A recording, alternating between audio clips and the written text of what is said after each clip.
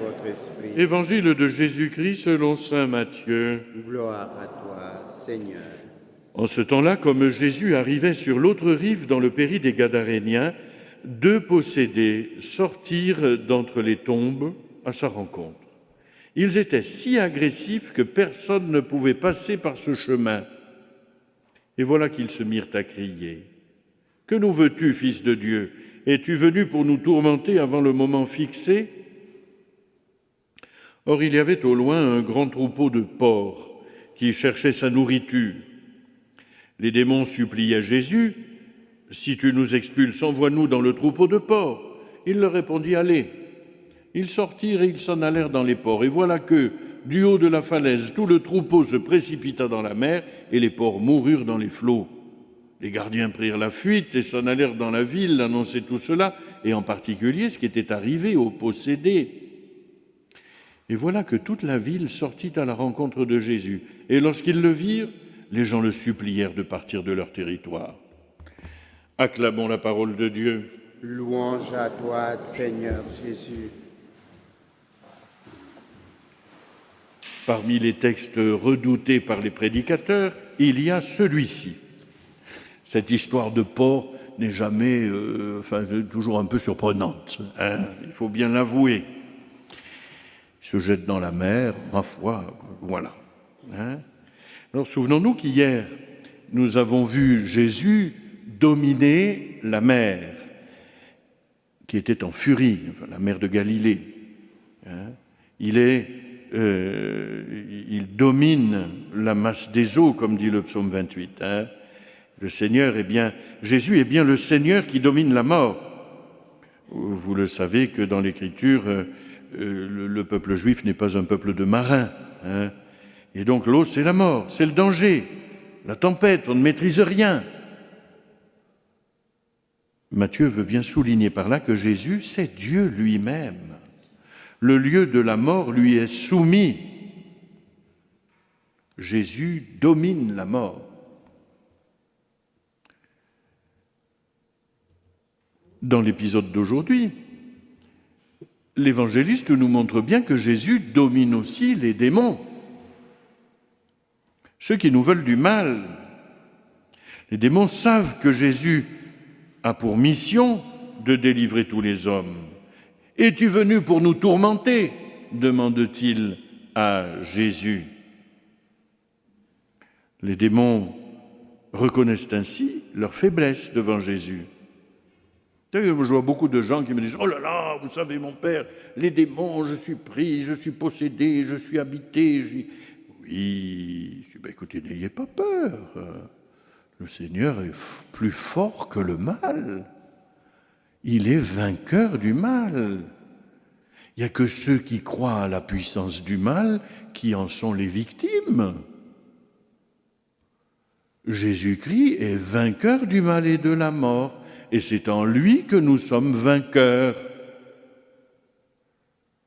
savez, parfois les gens, comme ça me fait penser aux pigeons. Vous savez, les pigeons, vous faites sauter un sac en plastique et ils s'en vont vite, vite. Hein. Par contre, il y a le chat qui est caché derrière le buisson. Là, ils ne le voient pas, puis ils sont bien tranquilles. Mais le vrai danger, c'est le chat, ce n'est pas le sac en plastique. Hein. Mais le démon, c'est le sac en plastique. Voilà. Le Seigneur est vainqueur du mal. Le mal, il fait beaucoup de bruit.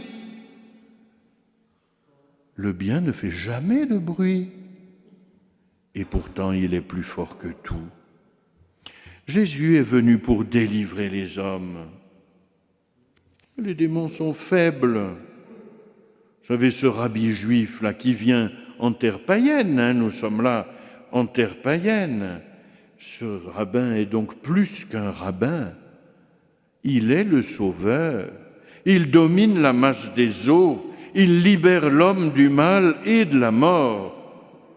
Les démons le savent bien, vous savez. La foi des démons, c'est tout un chapitre qu'on étudie pendant le séminaire.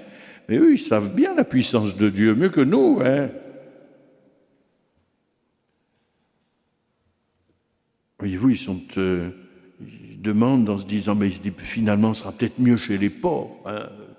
Eux, au moins, voilà, on ne viendra pas les ennuyer. Le porc, c'est un animal impur pour les Juifs. Ils ne craignent rien, là. Bon.